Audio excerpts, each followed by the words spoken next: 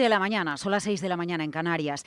En los años 70, el filósofo y antropólogo Ernst Becker recibió el premio Pulitzer en los Estados Unidos por su obra La negación de la muerte. La teoría de este filósofo y este antropólogo era cómo nos enfrentamos a la resistencia de morir y desaparecer intentando trascender y dejar un legado. Y por eso en la historia de la humanidad hemos creado monumentos, imperios, o ahora en la era moderna queremos ir al cosmos, queremos ir al espacio. Fíjense ustedes, más allá de que Elon Musk genere mitomanía, de que la salida a bolsa de SpaceX pueda generar muchísimos beneficios, y quedan 7 días para la mayor salida a bolsa de la historia, la imagen que se convierte en la gran noticia de las últimas horas, vemos juntos en la misma sala a Jamie Dimon, el CEO del mayor banco de inversión del mundo, a Elon Musk y a una gran cantidad de millonarios que, más allá de su dinero y su fortuna, quizás quieren dejarse seducir por esa aspiración a trascender, a ir al espacio, a habitar Marte, a poder entender que hay más allá de lo terrenal, de lo que nos acompaña en el día a día. La imagen de la noche, Elon Musk, Jamie Dimon y un grupo de millonarios, mientras en el mercado hay algunos frentes abiertos que deberían preocuparnos. Por ejemplo, el hecho de que se haya cerrado los reembolsos de una de las mayores gestoras del mundo en su fondo de capital privado, porque se están generando problemas en la incertidumbre que estamos observando en los mercados de capitales. O a esta incertidumbre añadan la advertencia de Anthropic, la mayor empresa de inteligencia artificial del mundo, podríamos decir en este momento, después de su valoración. Anthropic ha pedido esta madrugada que se pare la inteligencia artificial, que se detenga, porque tenemos un gran riesgo, y es que la inteligencia artificial empiece a automejorarse. Y esto también nos genera un dilema, ¿verdad? Porque volvemos al reto antropológico del ser humano. Nos da mucho miedo la inteligencia artificial, pero como humanos nos planteamos, ¿va a ser verdad que algún día la inteligencia artificial va a crearse a sí misma y nos va a superar a nosotros, los humanos? Es viernes, es 5 de junio del año 2026 y la crónica de esta jornada quizás explica por qué hubo un día en el que Luis Vicente Muñoz llamó a este programa La Bolsa y la Vida. Buenos días.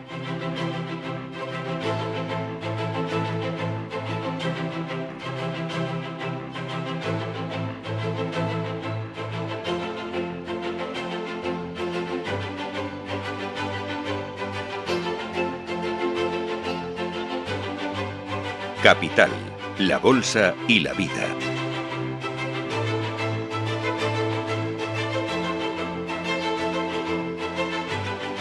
Laura Blanco. Muy buenos días, 7 días para la salida a bolsa de SpaceX. ¿Y que cómo está el mercado? Vamos por partes. Kospi surcoreano desplomado, el efecto Broadcom, bueno, y también el efecto de que antes se había subido tanto que hoy tocan recortes hasta tal punto que el gestor de la bolsa de Corea del Sur ha tenido que parar por momentos las fluctuaciones del mercado. Caídas importantes en Corea del Sur, caídas en el Nikkei de la bolsa de Tokio, pero tampoco vemos drama en los futuros americanos después del cierre mixto de anoche. De hecho, hasta ahora tenemos el futuro del S&P 500 subiendo. La de hoy es una jornada en la que seguimos en nuestra cuenta atrás para la salida a bolsa de la mayor salida a bolsa del mundo. Quedan 7 días para el debut de SpaceX y esta cuenta atrás viene acompañada por una imagen, pues que nos habla de las aspiraciones del ser humano a trascender, ¿verdad? Al legado, a llegar al espacio, a habitarlo, en pleno roadshow, porque hay que colocar el papel de SpaceX y esto está pareciéndose a una colocación de élite. Poquito free float, el que se va a colocar en el mercado. Jamie Dimon, Elon Musk y millonarios reunidos en una sala. Jamie Dimon le preguntaba a Elon Musk ante todos los asistentes que a lo mejor acuden a la salida a bolsa, ¿por qué ahora sacas a la compañía al mercado? Y esta explicación daba esta noche el CEO de Tesla, el CEO de SpaceX. What's different about now is that Well, it's a number of things, but we are embarking on a significant growth phase, like a capital growth phase. Bueno, pues viene una gran etapa de crecimiento y por eso se saca la compañía a bolsa. Atención a la portada de Financial Times a esta hora. Nos dice que se estima que el beneficio de la división de inteligencia artificial de SpaceX se va a multiplicar por 100 de aquí al año 2030, que es que esto está a la vuelta de la esquina. Se cita un informe, Financial Times cita un informe de Goldman Sachs. ¿Esto es verdad? Vaya expectativa, ¿verdad? Y sin embargo, acaba de tener un revés la compañía de Elon Musk.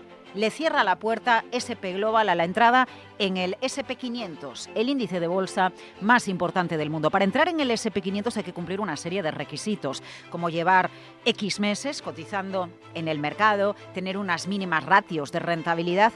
SpaceX no cumple estos requisitos, así que de momento no va a entrar en el mayor índice de la bolsa del mundo. Hoy, como cada día, Capital, La Bolsa y la Vida, en YouTube, en nuestra página web, donde ustedes quieran, en la radio, vamos a contar todos los detalles en esta mayor salida a bolsa de la historia de los mercados financieros. Lo decía en las últimas horas, en Capital, La Bolsa y la Vida, Daniel Rodríguez Sagún, desde Intermoney. Todo esto es como una salida a bolsa de élite. Escúchenle. IPO de élite, ¿no? Que intenta generar esa expectación, esa escasez por parte del mercado y que luego paulatinamente se pueda llenar el mercado con acciones de SpaceX, pero que no sea tan precipitado, ¿no? Entonces yo creo que tiene que ver sobre todo con una estrategia para ir colocando poco a poco y generando esa expectación la compañía y no desatar una turbulencia gigante si vendiera en vez de 75.000 millones pues la mitad de la compañía, ¿no? Eso sí que generaría muchos flujos, ¿no? Sí. De entrada. Como estamos en la carrera de la felicidad continua en los mercados financieros, parece que ni nos afecta, ni se nos mueve un pelo, ni nos inmutamos después de lo que ha sucedido con Blackstone. Enseguida Luis Vicente Muñoz va a ofrecernos el análisis, porque lo que ha sucedido es preocupante, es un warning, es de calado. Ha cerrado un reembolso de uno de sus fondos, el mayor de capital privado, cuando los reembolsos han llegado al 10%. Estamos hablando de Blackstone, atención, estamos hablando de todo un gigante en los mercados de capitales. ¿Por qué el mercado no atiende a estos warnings que se están filtrando, que vamos conociendo, y por qué solo tenemos ojitos para las noticias que nos hablan de los máximos históricos de la bolsa?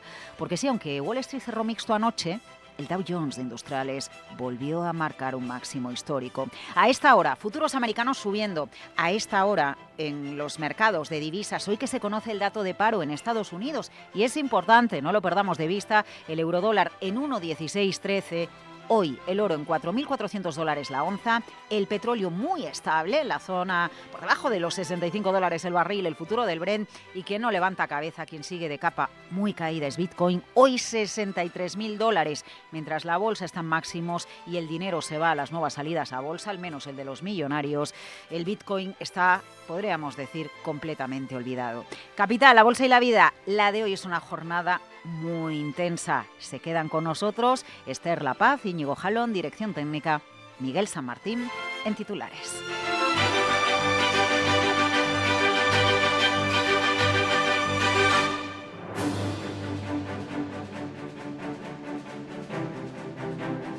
Las noticias capitales. Pues entre esas noticias capitales, Miguel San Martín, el FMI, que considera que la subida del precio del crudo por la guerra en Irán ya genera inflación en todo el mundo. Un alza del petróleo que se concentró principalmente en marzo tras el estallido del conflicto y que su coste se ha mantenido relativamente estable desde entonces, con una subida media del 35%. Eso sí, destaca que el impacto de la crisis se traslada a la inflación y que las expectativas a corto plazo han experimentado un repunte. También que ha generado un efecto dominó en los derivados del crudo, como el combustible de aviación. Y apunta a otros efectos, como lo que pasa en los mercados. Dice que los inversores están modificando previsiones, anticipan subidas de tipos, o en los mercados de deuda, donde se ve un incremento de los rendimientos de los bonos. El Fondo Monetario considera que la estabilización de la inflación en Estados Unidos a un nivel del entorno del 2% no va a llegar hasta el final del año 2027, y una advertencia más llega del Foro Económico Mundial. Calcula que la tensión comercial puede restar al PIB global, Miguel, más de un 6%. Y es que la fragmentación comercial y financiera ya le está costando Pues casi unos 300.000 millones de dólares anuales, y si se profundiza podría desembocar en escenarios con precios cercanas a los 7 billones, ese 6,4% del PIB global. El estudio señala que los mercados emergentes se verían más afectados, pérdidas que podrían equivaler al 11% de su PIB. El informe subraya que el mayor impacto de la fragmentación sobre los salarios reales se nota ¿dónde? En Estados Unidos. El poder adquisitivo ha bajado un 0,33% en los trabajadores menos cualificados, pero el 0,66% en los de alta cualificación. A ver, el presidente de Estados Unidos, Donald Trump, afirma que estaría dispuesto a reunirse en persona con el líder supremo de Irán, el ayatolá Mohammad Khamenei, si se alcanza un acuerdo para poner fin a la guerra, aunque de todas formas, Miguel, lo más sonado en Estados Unidos en las últimas horas es el anuncio del presidente de Estados Unidos, de Trump, de un plan de 700 millones de dólares para, atención, reforzar la industria del carbón y la generación termoeléctrica. Y eso incluye la construcción de 2 nuevas plantas en Virginia Occidental y en Alaska, en una apuesta por reforzar el uso de los combustibles fósiles. Forma parte de una estrategia para ampliar la capacidad energética nacional. Según Trump, ambas plantas van a responder al aumento de la demanda eléctrica y habla de sectores industriales y tecnológicos. Los centros de datos, no los olvidemos. Destaca el potencial que tiene esta energía. Como resultado de la inversión de 700 millones de dólares que anuncio, protegeremos 14 centrales y 42 minas de carbón. Es una cifra enorme y construiremos 2 nuevas centrales de carbón y una nueva terminal de exportación gigantesca porque estamos exportando carbón. El carbón es un gran negocio, realmente un gran negocio, y es energía de verdad. Asegura que son medidas históricas para reducir el precio de la energía y el coste de la vida para los estadounidenses con el poder, ha dicho, limpio y hermoso del carbón. Limpio y hermoso del carbón, pues ya saben ustedes cuál es la tesitura. Europa en la línea de menos emisiones y una energía más limpia y verde. Donald Trump y Estados Unidos todo lo contrario, pero no nos sorprende, ¿no? Él dijo cuando llegó a la Casa Blanca y tomó posesión, drill, baby, drill. En fin, a ver qué queda esto. Opinen, en el canal de YouTube de Capital Radio. Miguel, tenemos más frentes abiertos, por ejemplo, el de la Unión Europea, que ha decidido aplazar a 2027 la entrada en vigor de las nuevas reglas de requisitos de capital. Y es que ve riesgos de mercado como parte de esas normas internacionales de Basilea III y va a suavizar su aplicación en los bancos a la espera de que Estados Unidos y otras jurisdicciones decidan cómo lo van a implementar. La Comisión adopta ajustes para compensar temporalmente el impacto adverso que podrían tener en términos de capital para algunas entidades europeas. Una flexibilidad que estaría disponible durante 3 años desde que se empiecen a aplicar estas normas. A ver, OPA BBVA por Sabadell. ¿La recuerdan ustedes? El tema vuelve a ponerse encima de la mesa porque la Comisión Europea ha ampliado el expediente de infracción a España por considerar las condiciones a la OPA de BBV sobre Sabadell. Es una nueva carta de emplazamiento porque asegura que la legislación utilizada para imponer esas condiciones infringe el derecho comunitario y ahora también las normas sobre operaciones bancarias que han entrado en vigor después de la apertura del expediente que los estados tenían que haber incorporado antes del 10 de enero. España tiene ahora 2 meses para responder y de no hacerlo, o si no le satisface la respuesta, Bruselas enviará un dictamen, segundo paso que en última instancia le permite llevar al país ante el Tribunal de Justicia de la Unión Europea. Y Miguel, las agencias de viaje piden la suspensión del registro de viajeros tras el expediente abierto por Bruselas. 2 asociaciones mayoritarias, pues son las 2 más grandes, FETABE y UNAV, han solicitado al Ministerio del Interior que se paralice la aplicación del Real Decreto después de ese procedimiento abierto por la Comisión contra España por considerar que las obligaciones recogidas y el tratamiento de datos vulneran la normativa comunitaria. Las 2 reclaman que se paralice cualquier desarrollo reglamentario que mantenga obligaciones directas para las agencias y la apertura de una mesa para negociar un modelo. Bueno, ¿ustedes son de Florentino Pérez o de Riquelme? ¿Son de ACS o son de Cox? ¿Qué va a pasar con las elecciones a la presidencia del Real Madrid? Este fin de semana, deporte y empresa se dan la mano en la rivalidad en las urnas. Redacción de Capital Radio, Jorge de Miguel. Buenos días. ¿Creías que las elecciones del Real Madrid iban solo de fútbol? Pues no, también van de poder, de empresas y de miles de millones de euros. Después de casi 20 años sin una verdadera batalla electoral, Florentino Pérez vuelve a tener rival y Enrique Riquelme no ha venido precisamente a participar.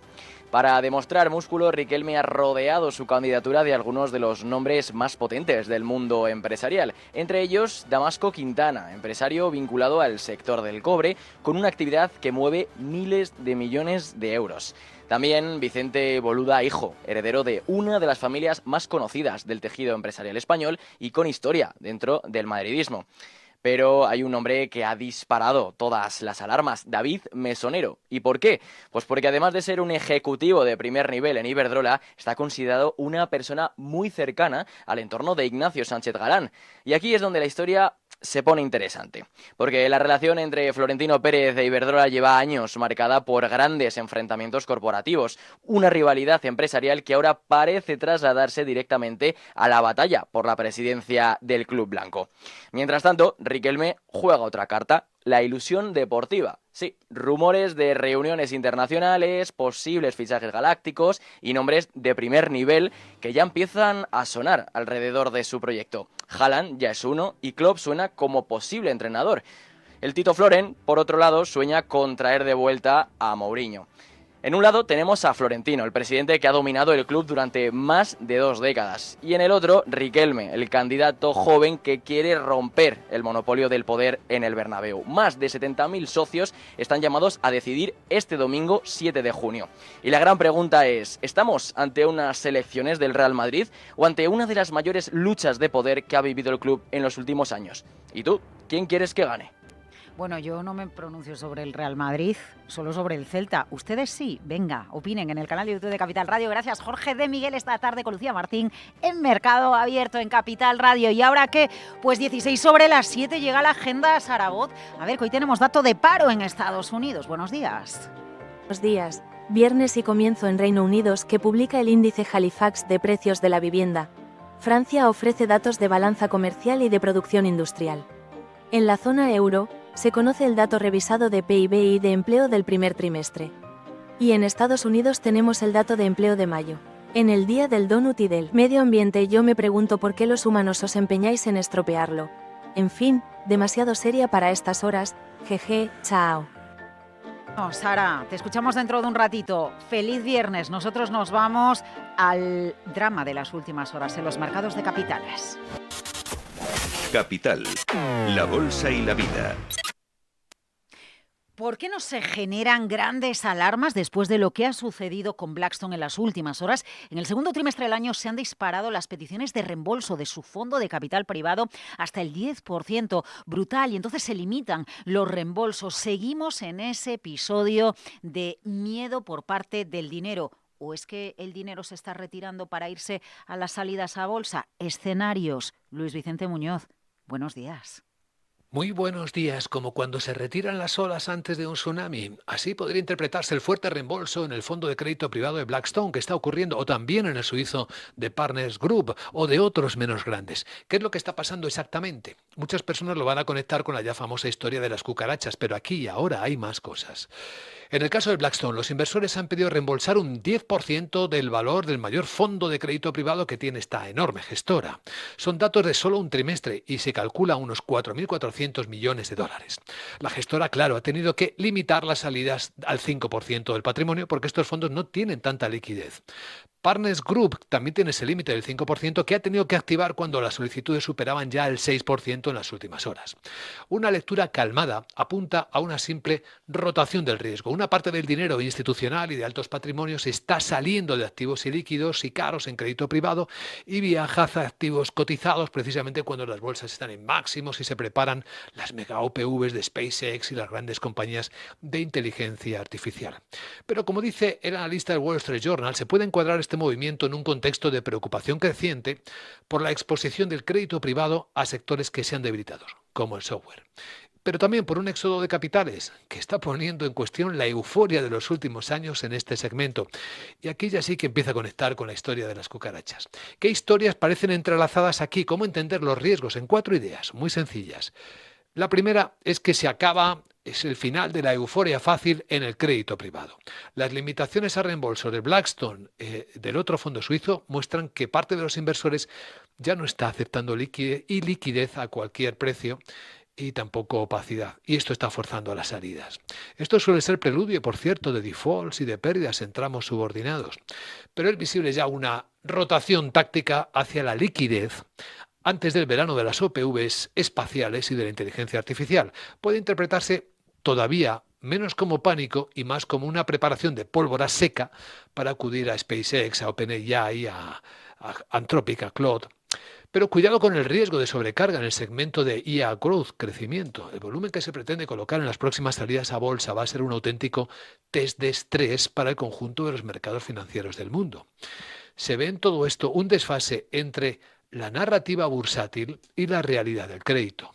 ¿Qué implicaciones tiene esto en el ciclo? Un escenario, el que reúne más consenso, opina que estamos en una fase tardía del ciclo alcista. Tipos elevados pero estabilizados. Beneficios empresariales aún sólidos. Narrativa tecnológica dominante. Y las primeras grietas en financiación corporativa más arriesgada. Si nos lo creemos, las mega OPV pueden prolongar este rally si salen bien, si actúan como aspiradora de liquidez desde otras áreas de riesgo, pero también pueden marcar un techo local si las valoraciones extremas chocan con un apetito inversor más selectivo. Nuestros analistas en Capital Radio precisamente están hablando de esto. Luis Vicente, vigilando esa aspiración de liquidez como has citado, y nosotros con una pregunta: ¿cuándo vas a llevar a Capital Radio a Marte? Te seguimos a las 8 de la mañana.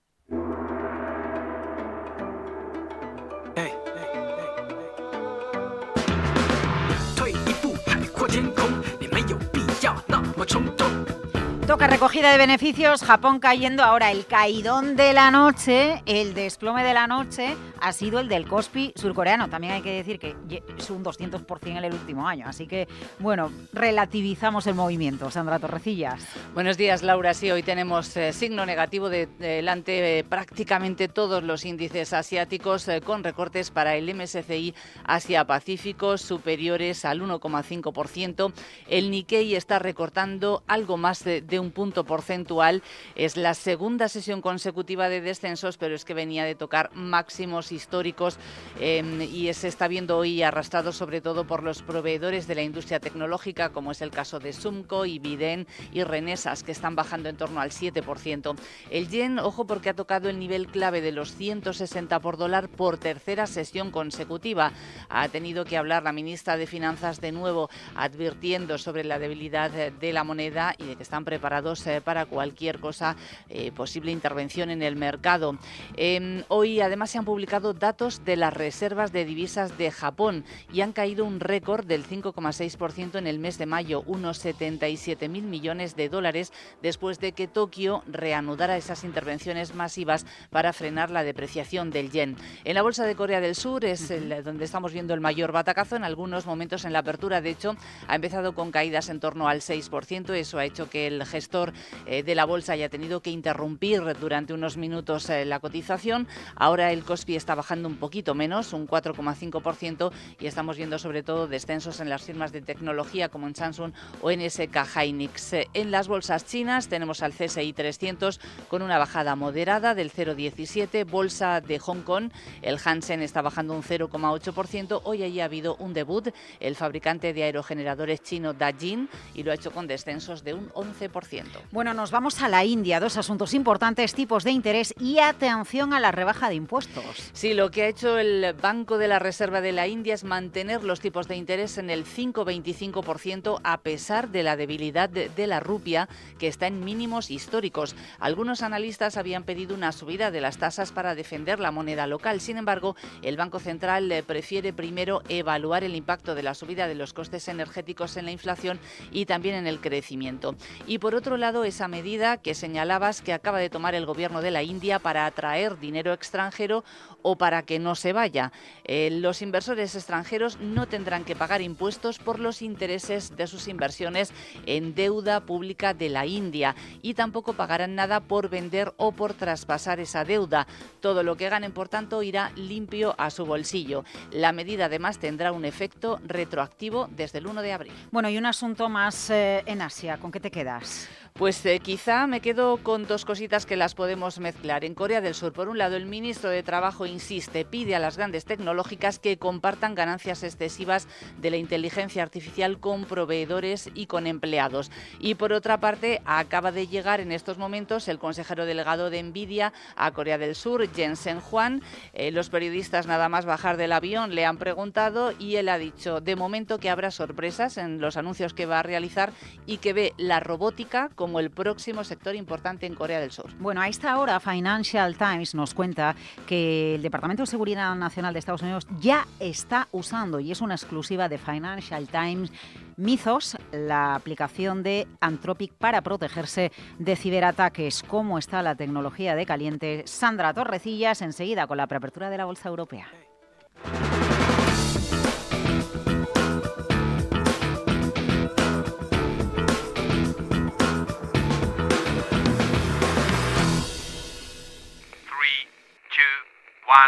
Ignition.